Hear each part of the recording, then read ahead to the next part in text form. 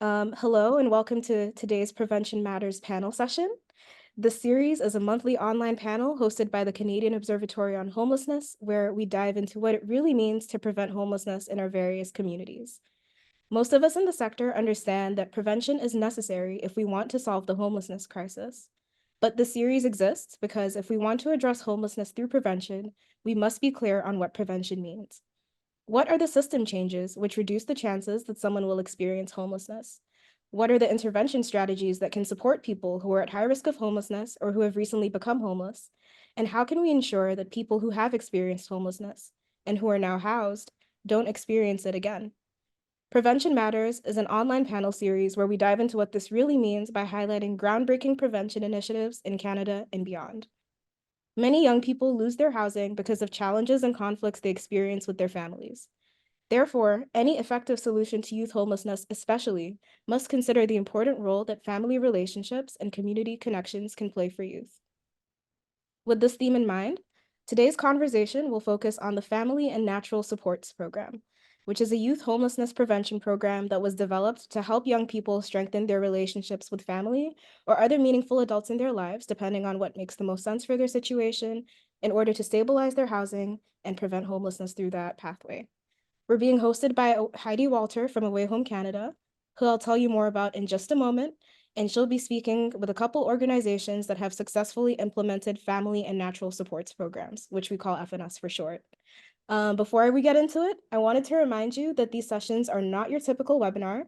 Your participation is a key part of this experience, so I strongly encourage you to engage among yourselves in the chat and ask any and all questions you may have during our open Q&A in the second half. If you have a question for our panelists, feel free to ask them using our Q&A feature or simply leave your questions in the chat at any point during the session. The session will be recorded, so if you'd like to maintain your privacy, I'll invite you now to turn off your video and rename yourself using the tools at the bottom of the screen. If you're experiencing any technical difficulties, please reach out to me in the chat and I'll be able to help you out. Since we're gathering online today, a single land acknowledgement doesn't capture the richness of our many locations. The Canadian Observatory on Homelessness is based in York University, Toronto, so we will share their land acknowledgement. But we invite all guests to consider their position regarding the land in which they find themselves. We acknowledge our presence on the traditional territory of many Indigenous nations. The area known as Toronto has been caretaken by the Anishinaabeg Nation, the Haudenosaunee Confederacy, and the Huron-Wendat. It is now home to many First Nations, Inuit, and Métis communities. We acknowledge the current treaty holders, the Mississaugas of the Credit First Nation. This territory is subject of the Dish with One Spoon Wampum Belt Covenant, an agreement to peaceably share and care for the Great Lakes region. So, without further ado, I'll be handing over to Heidi Walter, our host for the day. Heidi is a program design and training consultant at Away Home Canada, and I consider her an FNS program extraordinaire. Through her role, she's provided a bunch of hands-on coaching and training to partners across Canada that are looking to establish FNS programs in their communities. Heidi is very passionate about supporting youth and families to thrive and uplifting the voices of young people. Welcome, Heidi. The floor is yours. Thank you so much for that beautiful introduction. I am so excited to be with so many colleagues and coworkers here today that I have seen signed on, as well as the beautiful panel that why I am so passionate and why maybe I have the knowledge that I do is because of those teachers that are here with me today. So thank you very much for joining us. I'm going to go through a few slides before I introduce the panel and we get into a little bit of a conversation. So promise, if you could start off our slide deck, just want to go through a few things. So one of the things where I wanted to start today was the goal of the family natural supports approach and the goal of the family natural supports model. I believe it's really important to point this out because this has often been misconstrued, and we've actually learned that from the young people and the families that we have been supporting over the last several years, and we've been sitting with and learning from. We've learned that youth and families and the program staff that are offering these services have often believed that the family natural supports model is about reuniting families and for the youth who are not currently living at home to actually return home. And this isn't the case. While returning home should be an option and should be definitely explored, The goal of the Family Natural Supports model is to support youth to reconnect, rebuild, and strengthen relationships with family, chosen family, and natural supports that young people have identified. And it's really important for them to be able to explore and provide opportunities to create new relationships. All these relationships that I speak about and that our fabulous panelist is going to speak about today are really about individuals who are not paid professionals to be with the youth, but that are natural and are created by the young person. Next slide, please. So, the importance of family natural supports. Research has demonstrated, and you know that Away Home Canada works really closely with the Canadian Observatory on Homelessness with that amazing body of researchers and the knowledge that we're learning from young people and families themselves. Is that youth with strong community ties, youth with strong family supports and positive role models are more likely to successfully navigate the transition from youth to adulthood than youth with limited supports. A lot of our systems that we have worked in for some of us for many of years are not set up to promote independence and self-sufficiency. And they're also missing that piece of belonging. Where do young people belong, and who is their people? Limited positive connections with natural supports may be a key factor contributing to poor outcomes for vulnerable youth. So strengthening natural connections is something all youth and professionals should be helping youth, to support and identify to contribute to their positive, healthy development. One of the things that I always need to remind myself of, and when I'm training and when I'm spending time with folks in the community, is that while professional supports are important, they are not sustainable. So many youth need us for information. They come to us because of emergency services. They need advice, they need skill building, they need technical support and advocacies. And while that's all important, we are not their lifelong supports as professionals. We can't guarantee that we're going to be there to walk alongside them for the next 40 years. And so it's really important for us to stop putting ourselves in that expert role and really start connecting them to those family supports, those community connections, those natural supports and chosen family. Next slide, please. I am in constant awe and in humility of the parents that have given me the opportunity to listen and learn from them. Sitting with them has really changed my practice. And the biggest difference for me is that so many of these families have given so much trust and vulnerability for us to learn from them. Many of the parents acknowledge that they have not been the parents that they would wanted to have been. Maybe they thought that what they were doing was right, but now have learned and have grown and realized that it's not. They don't always understand how things got so out of control. We heard a lot of around that from COVID, where structure, consistency, rules, parents just were like, I don't understand how things got so stressful. I don't understand why things are this way. And they don't even know how to start mending the relationship because they don't actually know where things started and what needs to be fixed.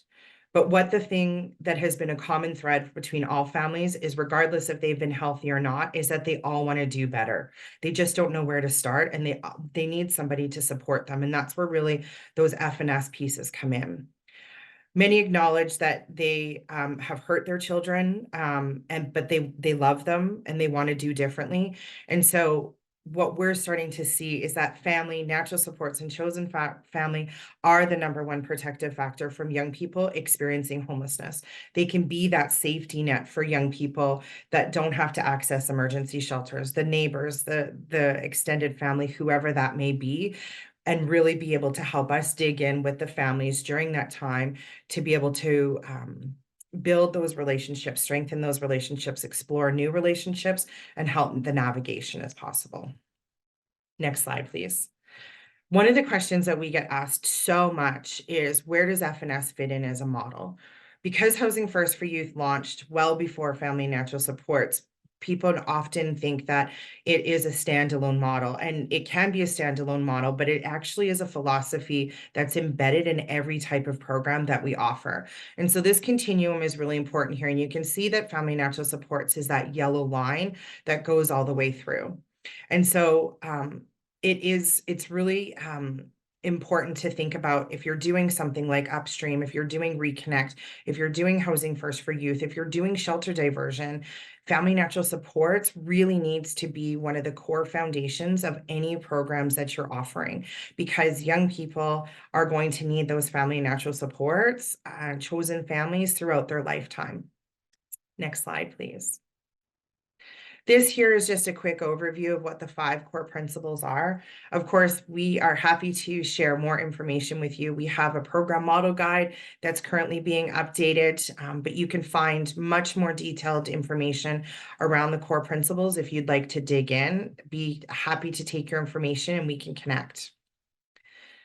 I think one of our biggest lessons on the next slide, sorry, please, is the shifting into an F&S approach. And these ladies that will be speaking with you and sharing their knowledge with you in a couple of minutes have really done this job so well. And so on the left-hand side of here, you'll see that this is what we used to be in a lot of our programs and in our traditional settings, and where we're shifting and what we're trying to teach and what we're trying to support is moving to that natural supports approach. So for number 1, professional supports, while absolutely important, I'm not here to disagree with that. They are not sustainable. My therapist, my dentist, my doctor, these are not people that walk alongside me for life. When I have a bad day at work, I don't call my doctor to debrief.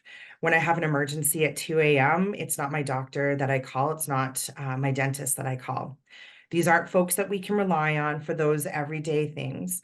And it's also important to realize that these relationships are not reciprocal. They are providing a service, and I'm seeking them out to provide a service. For number 2, traditional programs and emergency services do so well to meet basic needs. And while these systems are great and meet the needs of those young people, we need to be prioritizing and seeing relationships as belonging is just as important. And we do not sit back and wait for those young people to share who their people are. We need to be seeking them out, and we need to be relentlessly engaging young people in conversations about who their people are or who they want to have around them. For number 3, the protection piece. When I started my career in group homes, I remember this youth AWOLing from the group home to go see her mom at Christmas. And when she moved into the group home, the social worker told us that she was not allowed to see her mom. And so when she AWOLed, it was expected by us as staff that we needed to call the police.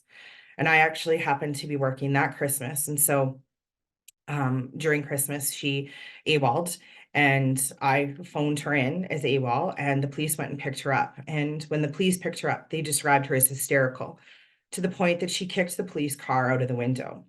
And when she got back to the house, she looked at me and she said, "Why did you do this to me?" And my heart broke because I didn't know what to say to her. And she knew that I didn't know what to say to her. I didn't even offer anything to support her with or to be able to console her with, because I knew that there was nothing that I was going to be able to do, because I just took her away from the person that she wanted to be with at Christmas time. She didn't want to be with me. I was a staff at a group home. And while she wanted all of us, just like all of us, she wanted to be with her people. She wanted to be with people that loved her. She wanted to feel that belonging. She wanted to feel that connection. I have to recognize that this wasn't trauma informed, and this was not what harm reduction should have looked like. So instead of protecting these young people, because we can't be with them 24/7 and we don't actually have the ability to protect them, we really need to be focusing on connecting young people instead. And number 4, capacity. That word is so important here. We need to take time to learn about the family's capacity. This means that we can't assume that a family can help a young person move or take them to an appointment. We can't rely on them, because we need to learn about them and what they're able to do and what their capacity is. Does a mom have a car? What shifts does dad work that would he be able to make that appointment? Sometimes making an appointment means losing money, and that means not being able to pay rent. Do they have money for gas? All of these details are important. We want to set families up for success, not failure. So knowing their capacity is important, and we learn capacity by building relationships with that family. We need to lean in, we need to be curious and genuinely take the time to get to know the youth and their families. And my last slide that I would like to share with you is Why are we advancing family and natural supports? Because the young people have told us that that's what we need to do. And if we don't do this, then we're not actually listening to the young people who are accessing our services and supports. 77% said that they would like to improve contact with their relationships or family or build that potential. I have had the opportunity to sit and listen at the start of my year to young people who are part of a national observatory group, advisory group, sorry, in the United States. And those young people actually shared that while they were growing up with care, they had supervised visits with children protection, and that they were told by their social worker that they were not allowed to talk about their case.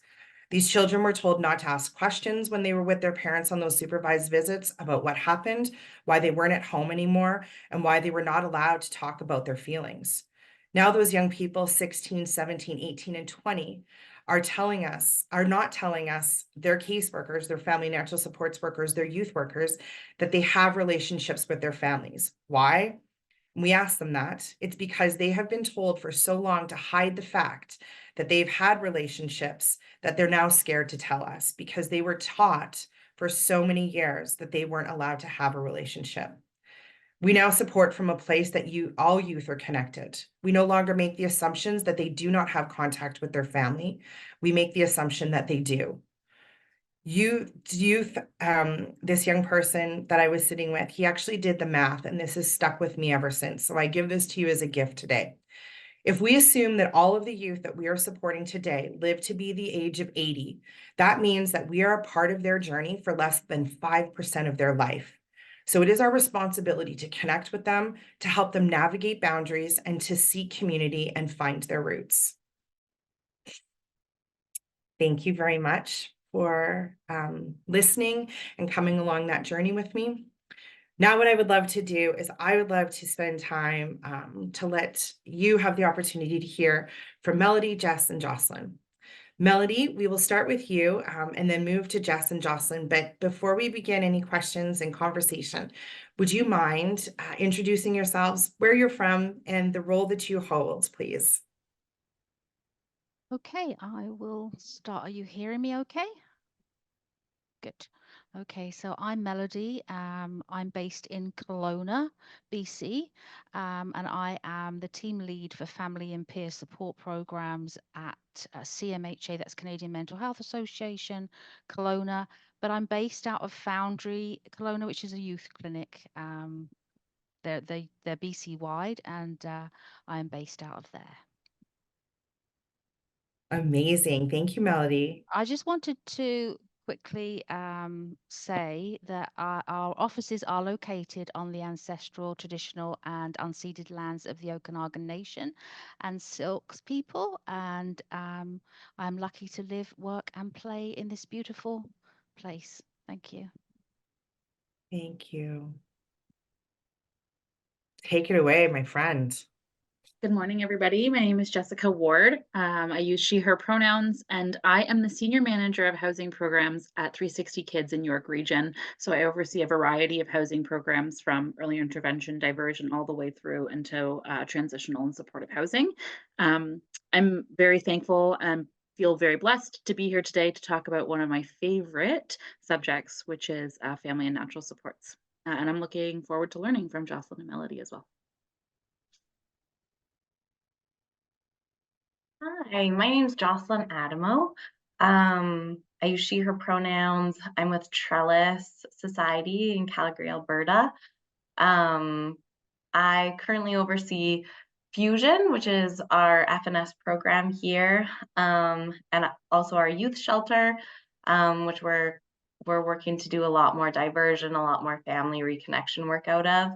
Yeah, and I'm really excited to be here and learn from you all. Amazing. So, I'm so excited to dig right in.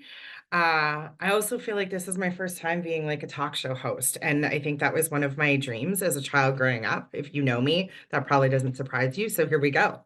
Melody, how did CMHA Kelowna and the Foundry determine that this work was going to be important for young people and the families that you serve?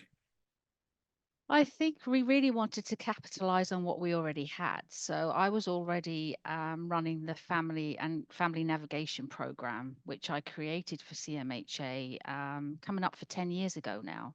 And that was a program that I also ran in the UK. And it was to support parents who are caring for a child or youth, which still exists today. We still have that. We also have within CMHA, we have housing first for youth.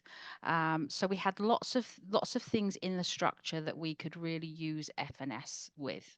And in my experience in working in Europe, we were doing the FNS piece many years ago, right? 25 years ago, and saw how important that was to include, the family natural support piece. My experience is that I know that, those natural support pieces, whoever that may look like, and I've always said it's that one cookie person. Each kid needs that one cookie person that they can go and talk to, that isn't a clinician, that isn't, the traditional thing we think is going to be the perfect solution. And in doing that, we've seen that the recovery in youth is much more successful when they have that natural support piece. But the reason was, as I said, that we have a great director, we have great management at CMHA, and they had the vision to see that we could pull everything together, and we have continued to do so. And it's just fills my heart. Oh, I love that. I'm taking away the cookie person. I learned another thing from you. It's amazing. Jess, I'm going to hand it over to you. And I see your fearless team has all signed on to hear what you have to say. So no pressure. They're so wonderful.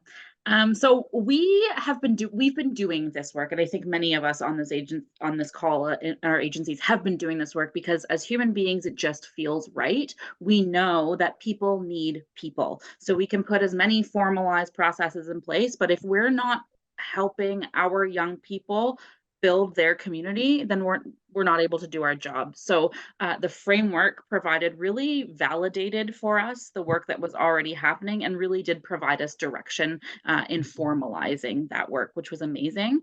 The cost of living, adolescent development, all of these pieces have made it a no-brainer for us to have to do this work. So to put something formal in place with structure really allowed us to build on pieces that our agency already had. So we have a Night Stop program, which is our host homes program, which was already giving us lots of practice in doing FNS work. And yeah, just knowing that even if going home isn't the outcome for our young people, if by the time we walk away, they have those 3 o'clock in the morning people, we've done our job. So yeah, we had some pieces to build on, and we just knew this was the direction that we needed to go. Amazing.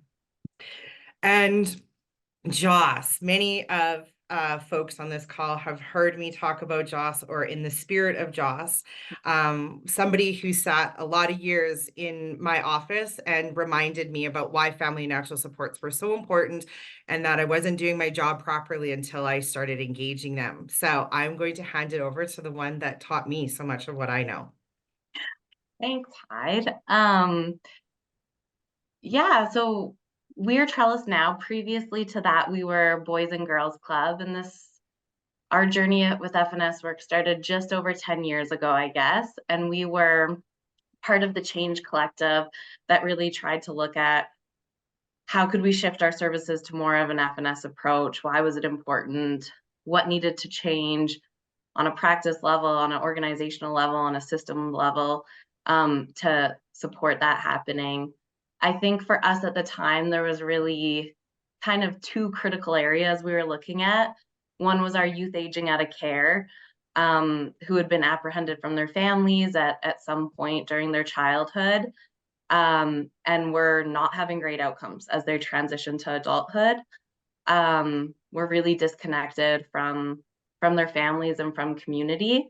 I think at that time we were doing a pretty decent job of connecting young people to new relationships or mentors or community spaces or peer groups. But a huge blind spot for us was, where did they come from? Like, who are these family members? Who were natural supports when they were young? Not only how are we reconnecting them to these people, but how are we just exploring those relationships?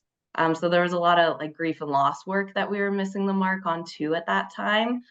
Another really important kind of critical area for us was Avenue 15 Youth Shelter. We would see all of these young people enter the shelter because of family breakdown, stay here for a week, a month, 3 months, really, really quickly accumulate risk, become street entrenched, be at risk of sexual exploitation, substance use, all of these things. And we were so focused on transitioning young people out of the shelter, we really want to shift our focus to how can we prevent young people from arriving, because that's kind of where the challenges seem to be.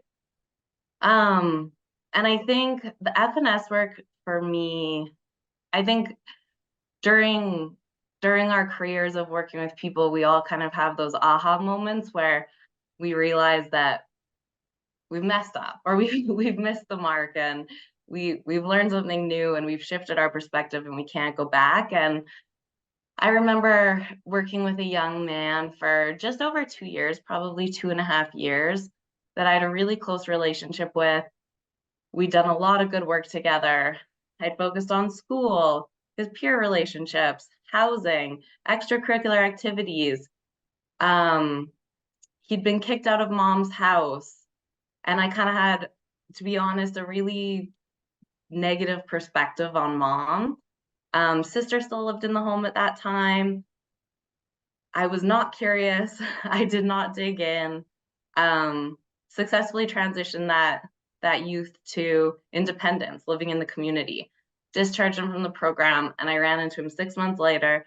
I said, "How's everything going?" He's like, "Couldn't be better. So happy, back living with mom and sister."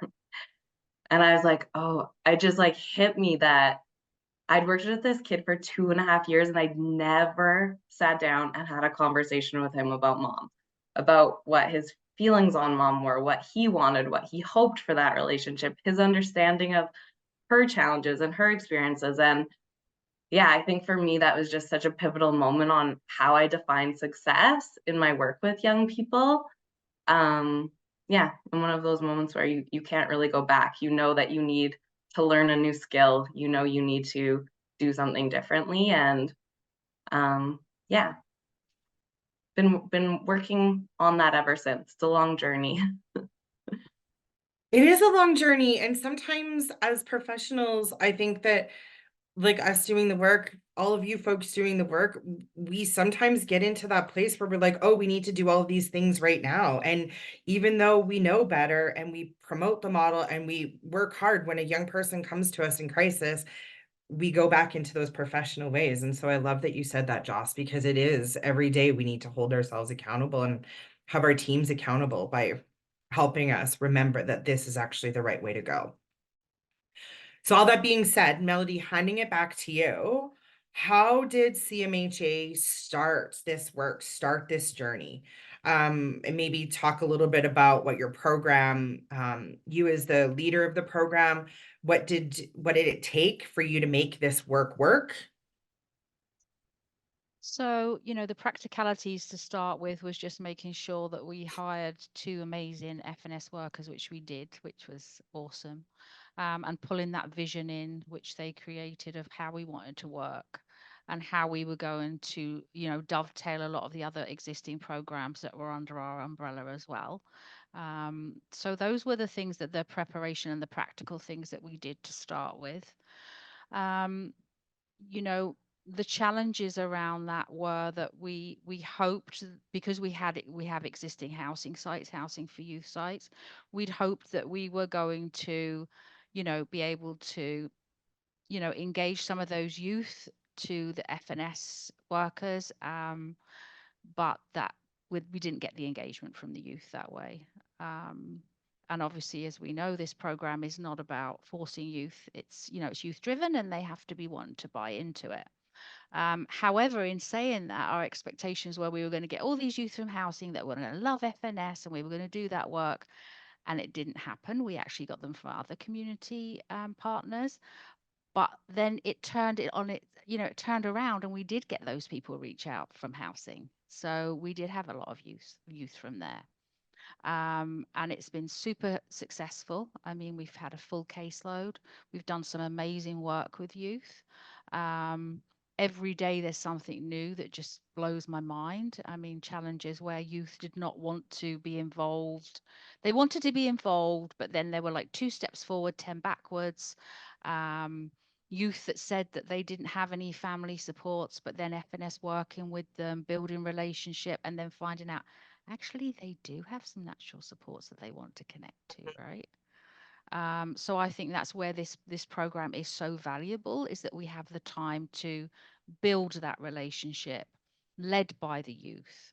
They're not mandated to meet us. It's just a totally different structure that often just blossoms, and we learn so much more about this youth and what their connections or their cookie person was, right? It might be mum, might be dad, might be someone else.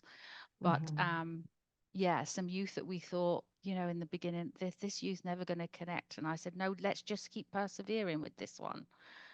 These are the ones that need the more, patience and us holding space for them. So let's do that. And it came to fruition, which is wonderful. Yeah. I think I've had the privilege to work alongside Melody's team for the last 2 years on a consistent basis. And something that Sonia and Lydia just said in the chat that reminds me of one of the lessons that I learned from your team is that patience is also really important, because this work can take a long time. And I think, Jess, moving into you, like, Jesse and Ryan also really gave a lot of examples over the last 2 years around how we just need to continue to show up with that consistency, and also being again, going back to being curious, but also being patient, because it can sometimes take 6 months for that young person to say, okay, I'm going to take this leap of faith, and I'm going to give you the name and the phone number, and let's see what happens. Yeah, and it's scary, right? It's scary Yeah, for that youth because, most youth will say in that situation or not say, that they're scared to make that move. They're scared of totally. rejection, right? They don't know if that person, Yeah. that parent or that natural support person is going to want to have contact with them. And that's Mm-hmm. really scary. Mm-hmm. So that's when you do the best Absolutely. FNS work to help that youth, to get Yeah. to that point for Yeah. sure. Yeah. So Jess, how did you start? And what did you and your team kind Yeah. of put in place to make this work? Yeah.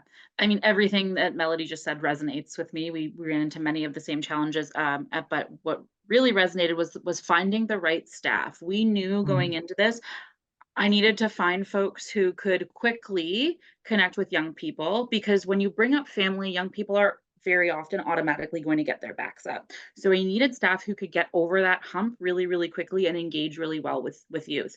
But I also needed staff that could walk into a room with parents and caregivers and other natural supports and automatically have credibility. And I was so lucky that I found two very different, very diverse staff that brought wonderful things to the table that balance each other so well. So spending the time, and I know that I'm speaking to a group of people who were under resourced. We have no time. We have you're given the money and we have to start a program today. So it can feel like you need to throw bodies into roles, but in these roles, you really need to make sure you have the right people.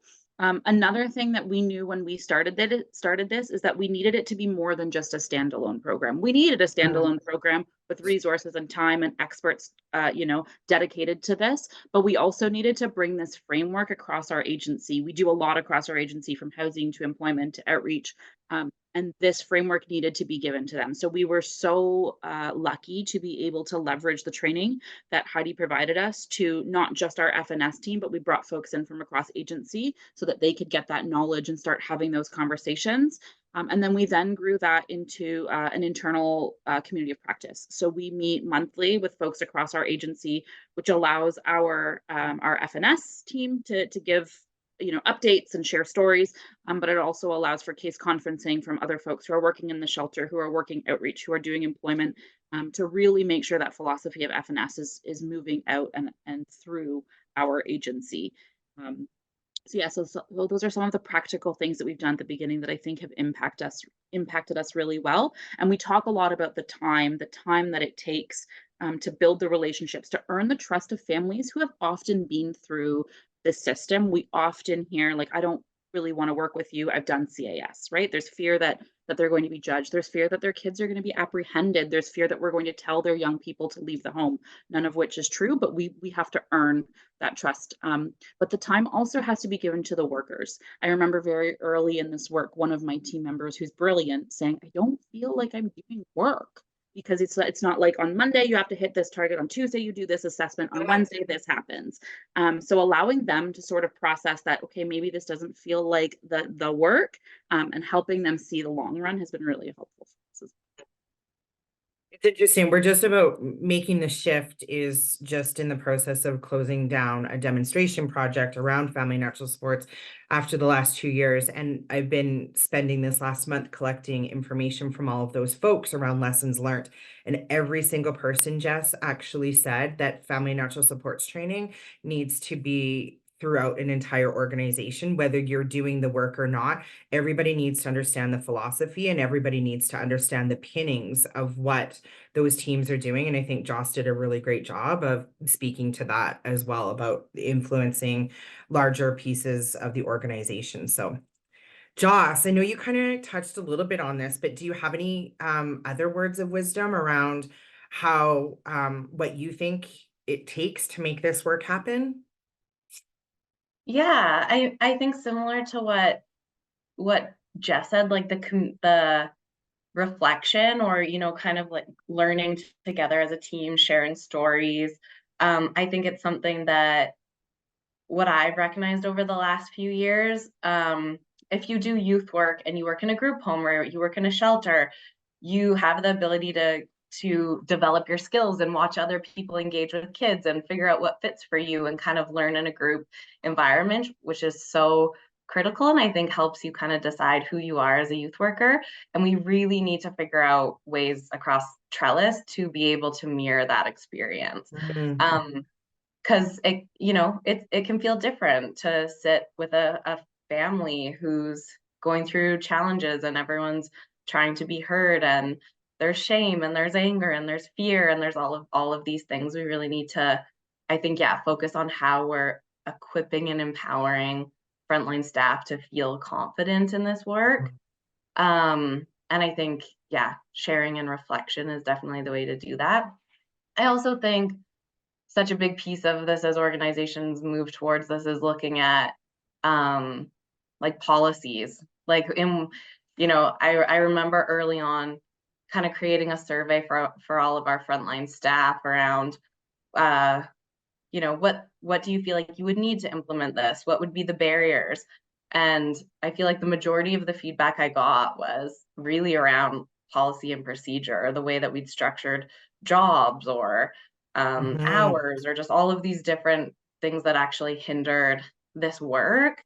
Mhm. Um, and so I think something that we'd done at Trellis was worked with a consultant who actually helped us create like an organizational audit around like, how is your leadership and your management on board with this? Are you like, where's your policies and procedures at? How is your staff training and your job descriptions on all of these pieces kind of more aligned with that? Mhm. And then I think similar to what Melody and Jess said, it's relational work. Mhm. I think especially over the last couple of years, sometimes we can get in this place with these ideas of harm reduction or housing first, and we almost like start to treat them as a checkbox, and really kind of focusing on, yeah, this is slow, and all of us in our own lives are probably still navigating our relationships with our parents and our immediate family, and we likely will be for the rest of our lives.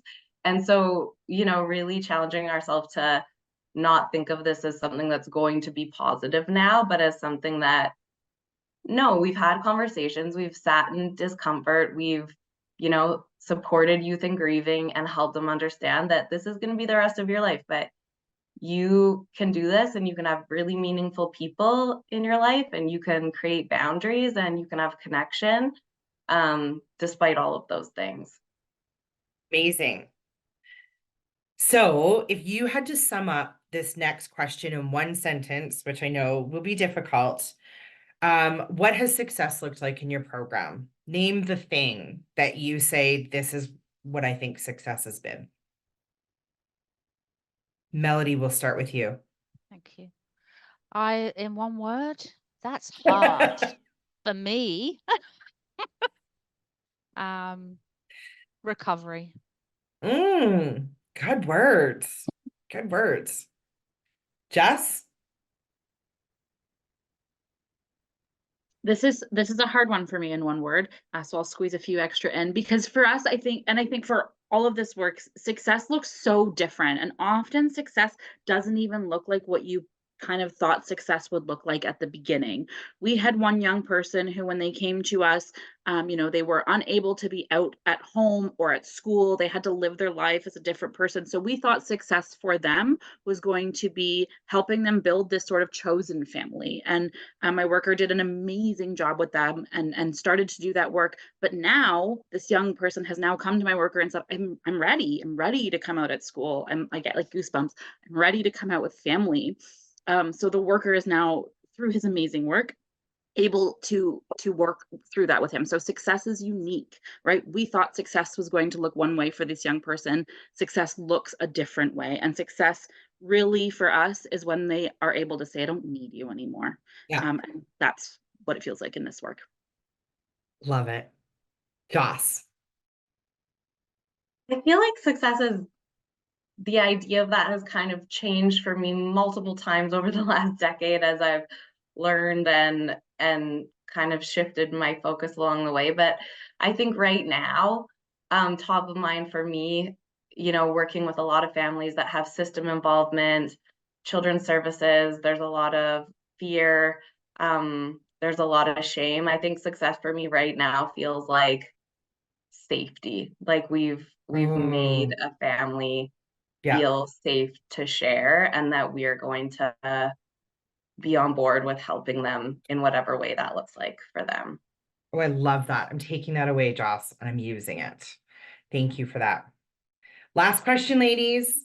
After doing this work for 2 years, through the Making the Shift demonstration project, what would you say? Would you say that this is the right work to end youth homelessness? Melody, lead us home. I think that we're on the right path. I think that, that we're seeing the numbers are great that we're getting back, as you mentioned earlier. I think we have a long ways to go. I think it should be implemented and embedded in all work that we do, right? Regardless of whether we're actually Yes. FNS workers. Yes. And I can speak to our agency is that we are, talking with Foundry Central to have FNS within every Foundry center, and Mhm. FNS training for all staff is what, we would like to see. But I do think that each Foundry should have FNS workers for sure. It just, Absolutely. yeah, it's a no-brainer, right? It's such an integral part that's needed. So It's like mic drop, Melody. It's a no-brainer. I'm going away for my long weekends now. If you're not doing it, you're not a part of the Cool Kids Club. that's it. Yes. Yeah, exactly. You know me so well. Jess. I also had no brainer written down, so it is the word. I think that it's not what we should be doing. I think it's what we have to be doing. I think Love it. it's not an option anymore for us to ignore this, this central aspect of the human condition, which is connection. So Yeah. I think if we choose to not incorporate FNS into every aspect of our work, we are doing a disservice to our young people, their families, and the communities. Absolutely. Joss, last words of wisdom. Yes, definitely. I feel like Heidi, you and I have talked about this quite a bit, though, where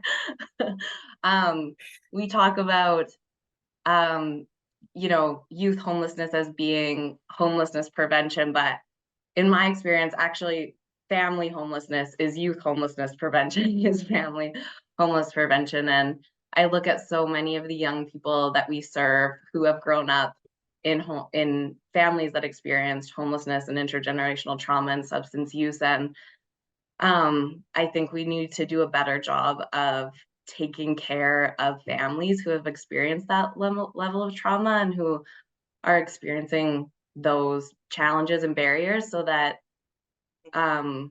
they can be well and healthy to care for their kids. We need to care for caregivers so they can care for their kids. We don't need to care for their kids, if that makes sense. I love it. I'm really excited to share something with you before we open it up to questions.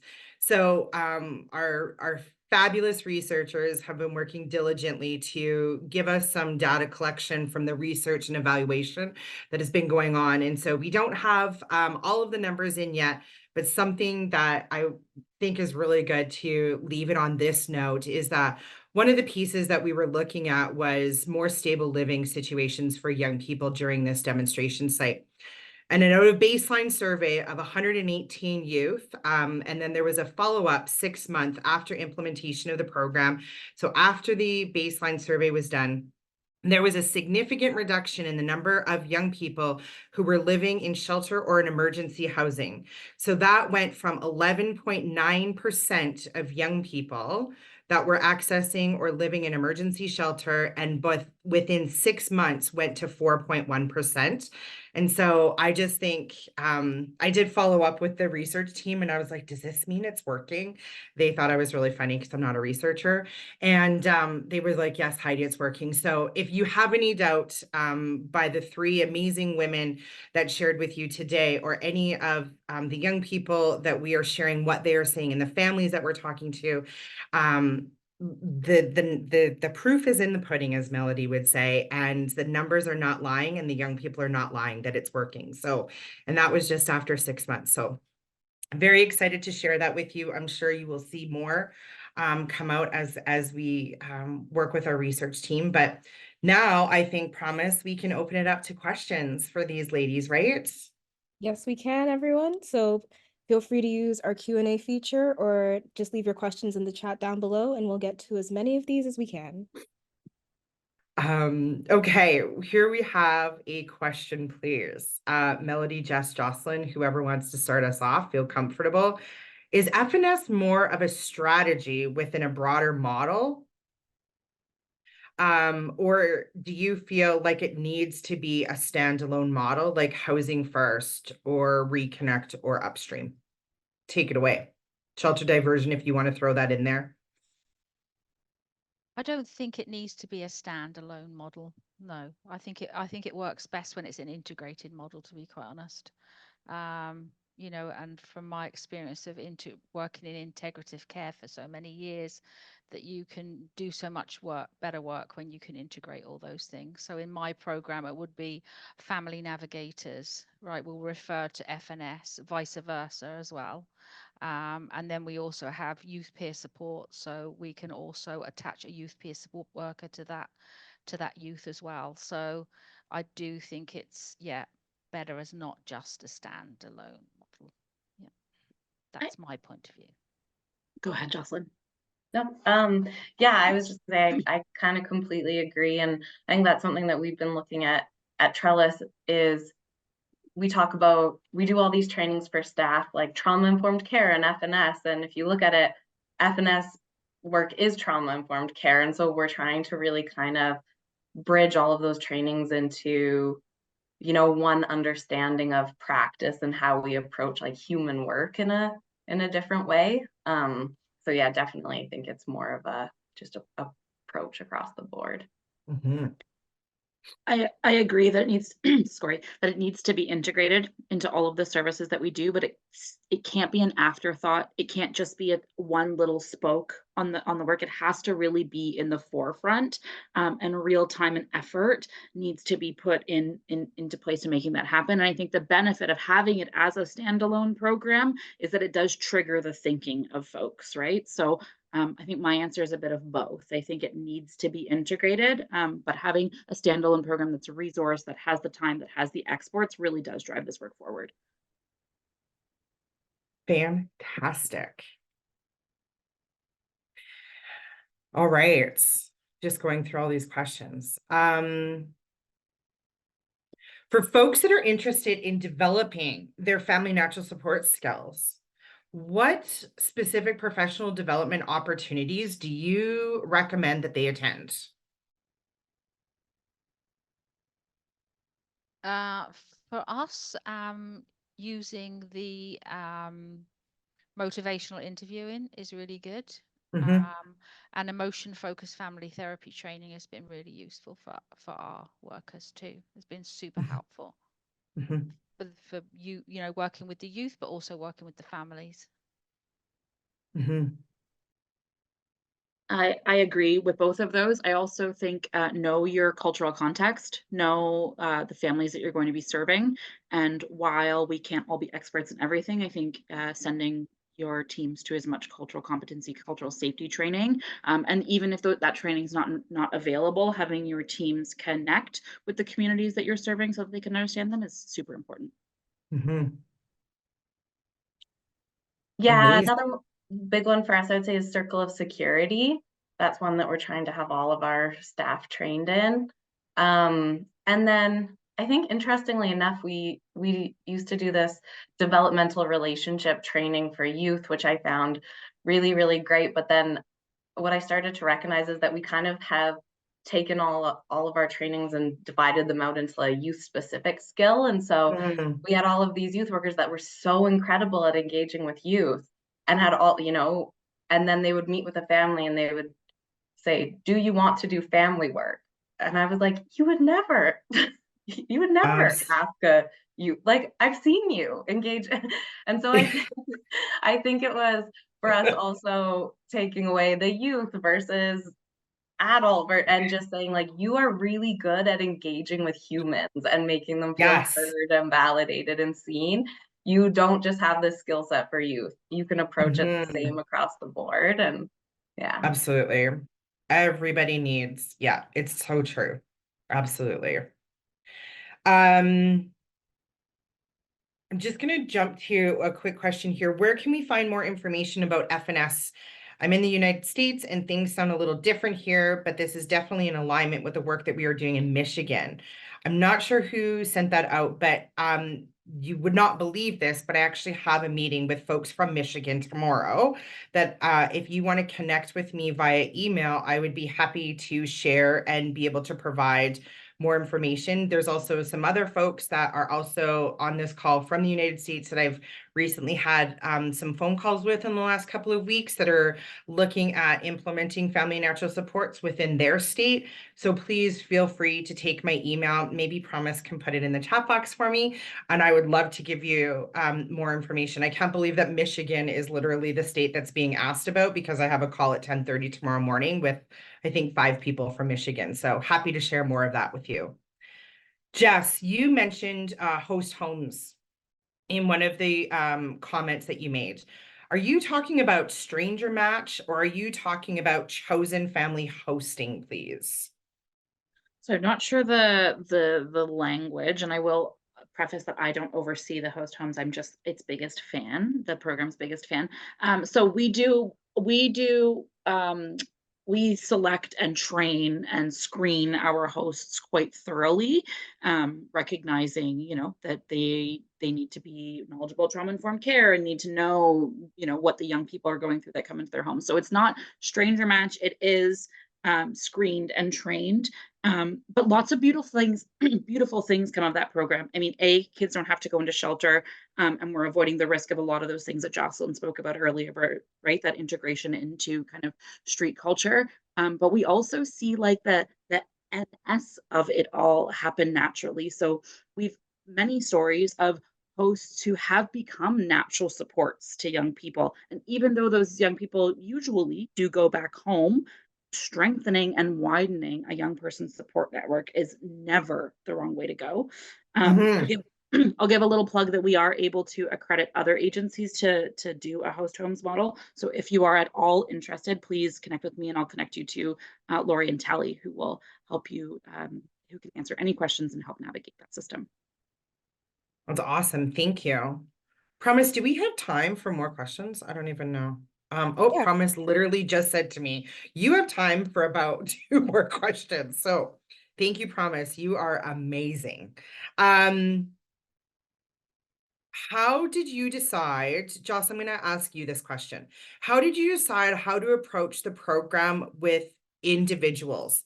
So the intake package. So did you promote your FNS program? How did you maybe promote it? And what does that intake package maybe entail?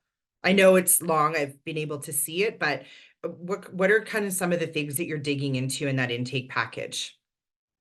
Yeah, it's funny because worked with Fusion, which is our FNS program, a number of years ago, and then I've just recently come back to it, and it's always been this challenging program because when you advertise it too much, you have like floods and floods and floods of referrals come in.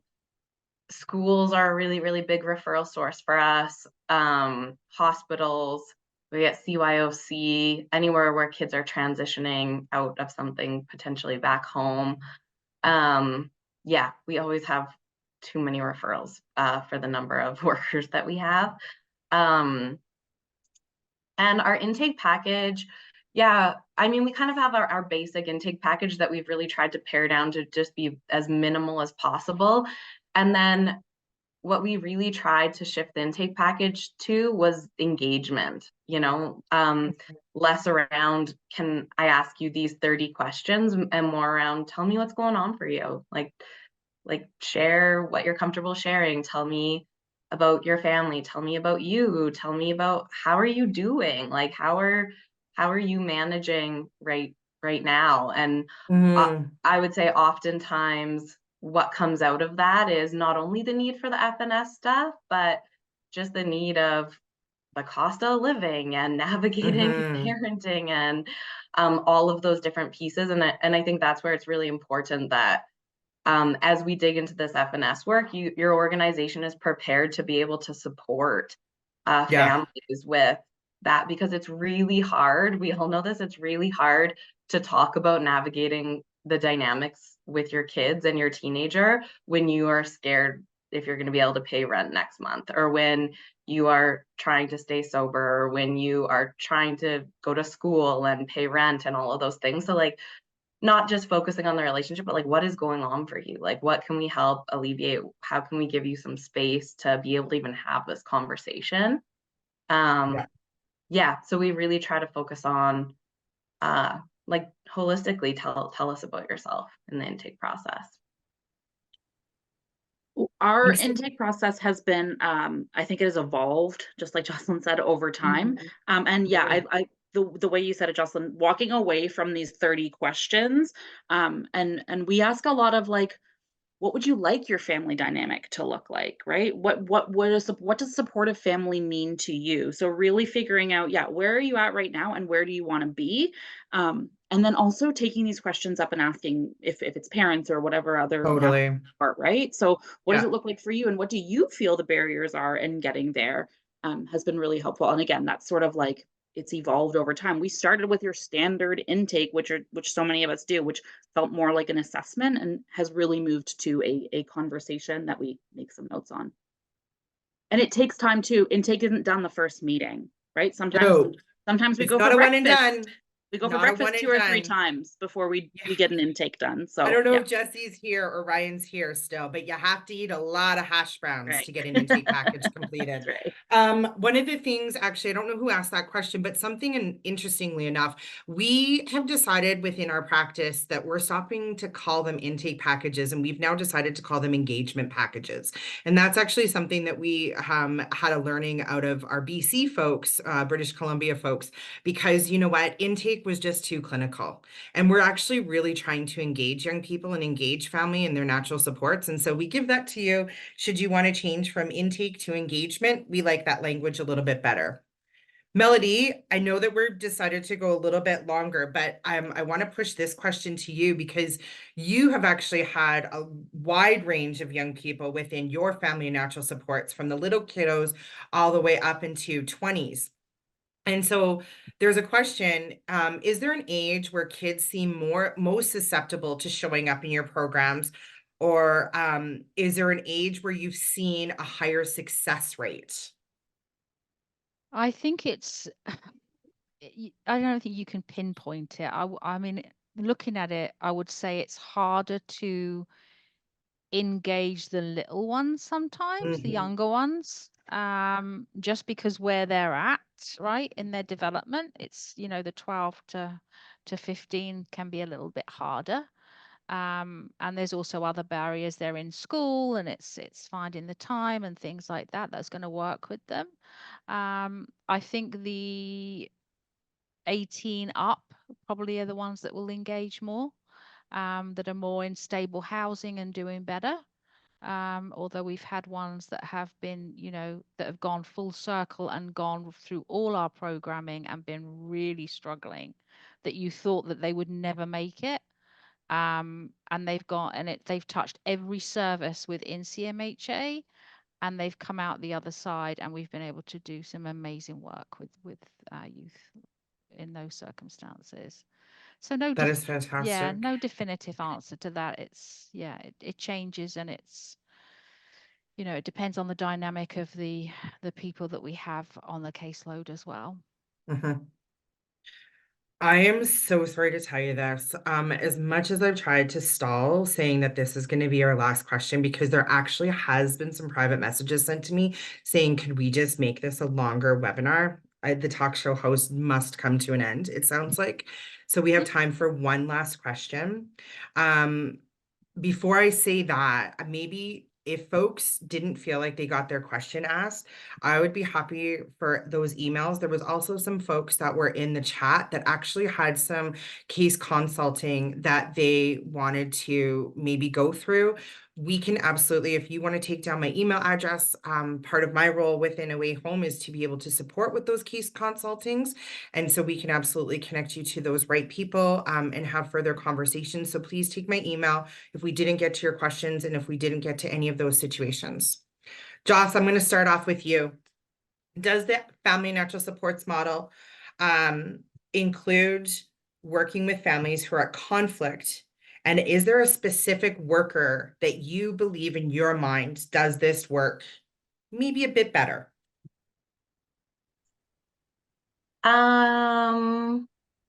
Like someone just popped in my head, but that wasn't the question. I was like, they're Uh, not going to know who that is, Joss. yeah. FNS workers need to look like Jess, Jocelyn, and Melody. I was thinking Ashlyn Russell, who does a lot of work, Oh, but yes. I would say I would say it comes down to people feeling equipped and empowered and confident. And I think sometimes in my experience, we've had younger staff who aren't parents themselves who have shared feeling like overwhelmed by these conversations. And, they've said, who am I to tell a parent how to parent? And I said, well, you don't tell kids what to do. Like that's not, and you don't ever have to know the answer. And what you do is use those same skills that you do with young people to again make them feel safe and heard and validated. And so yeah, I think it comes more down to people feeling like equipped and confident and being able to apply those same skills. I had a situation the other day where a staff said, this dad's yelling at me.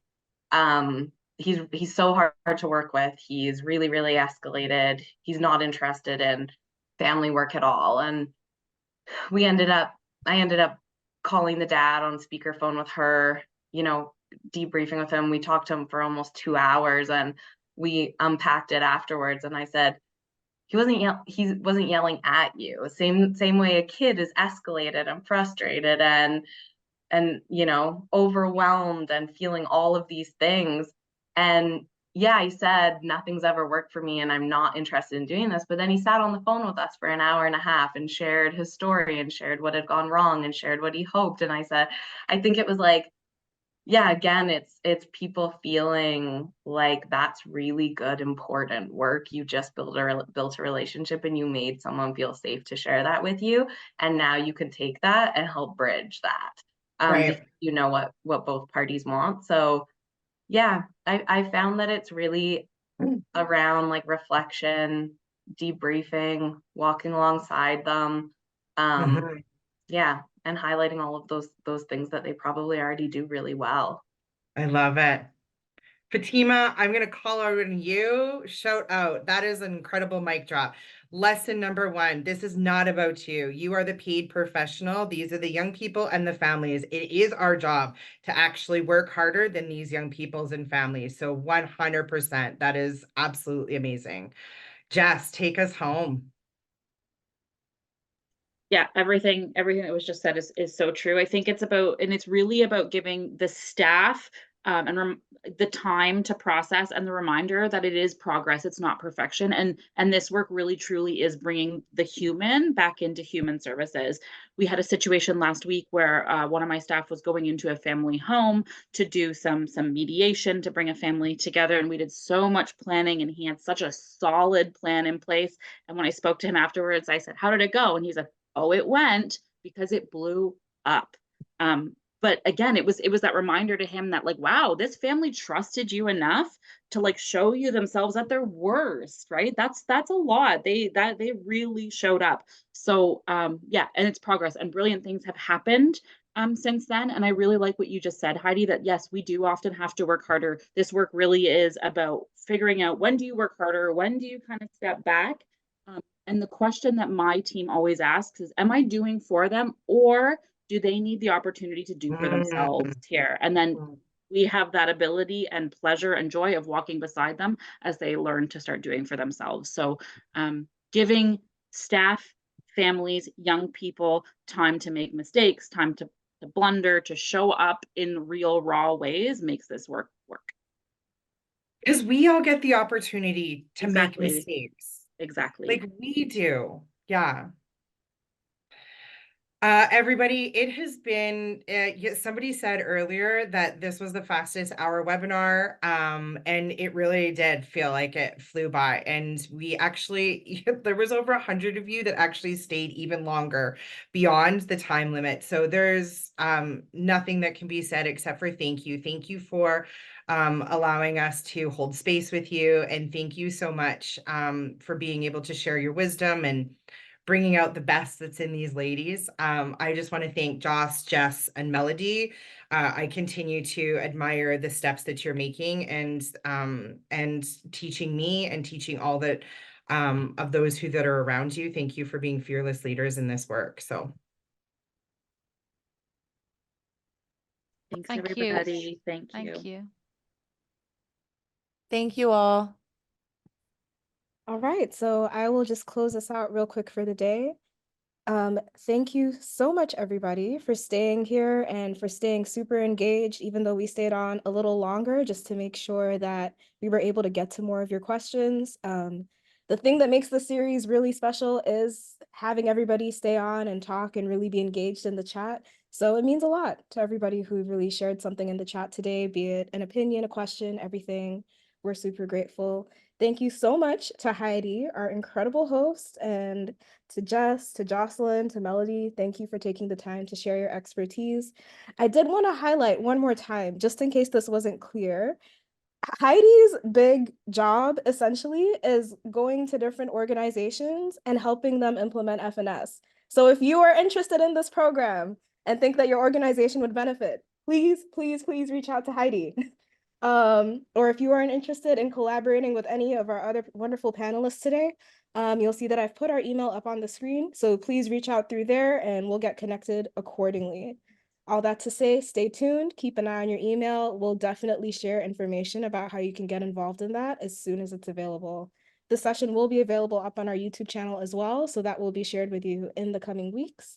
And so yeah, that's all for today.